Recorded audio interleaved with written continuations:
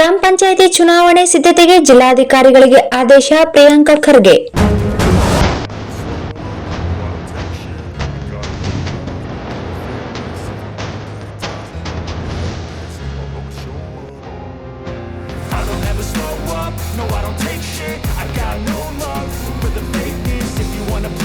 ಇದೇ ಮಾರ್ಚ್ ಅಂತ್ಯದೊಳಗೆ ಎಲ್ಲ ಗ್ರಾಮ ಪಂಚಾಯಿತಿ ಸದಸ್ಯರ ಅಧಿಕಾರ ಅವಧಿ ಮುಕ್ತಾಯವಾಗಲಿರುವುದರಿಂದ ಗ್ರಾಮ ಪಂಚಾಯಿತಿ ಚುನಾವಣೆಗೆ ಸಿದ್ಧತೆ ಮಾಡಿಕೊಳ್ಳುವಂತೆ ಎಲ್ಲಾ ಜಿಲ್ಲಾಧಿಕಾರಿಗಳಿಗೆ ಈಗಾಗಲೇ ಆದೇಶ ಹೊರಡಿಸಲಾಗಿದೆ ಎಂದು ಗ್ರಾಮೀಣಾಭಿವೃದ್ಧಿ ಮತ್ತು ಪಂಚಾಯತ್ ರಾಜ್ ಸಚಿವ ಪ್ರಿಯಾಂಕ ಖರ್ಗೆ ತಿಳಿಸಿದರು.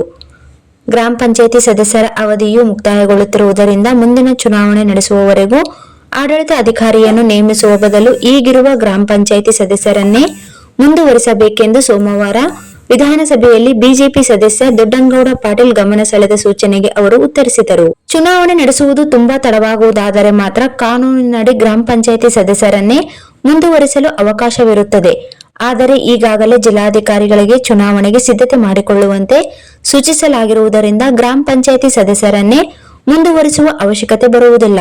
ಚುನಾವಣೆಯನ್ನು ಸರ್ಕಾರ ಆದಷ್ಟು ಬೇಗ ನಡೆಸಲಿದೆ. ಆದಾಗ್ಯೂ ಚುನಾವಣೆ ನಡೆಸುವುದು ತಡವಾದಲ್ಲಿ ಸದಸ್ಯರ ಮನವಿ ಕುರಿತು ಕಾನೂನಿನಡಿ ಪರಿಶೀಲಿಸಲಾಗುವುದು ಎಂದು ಪ್ರಿಯಾಂಕ ಖರ್ಗೆ ಹೇಳಿದರು.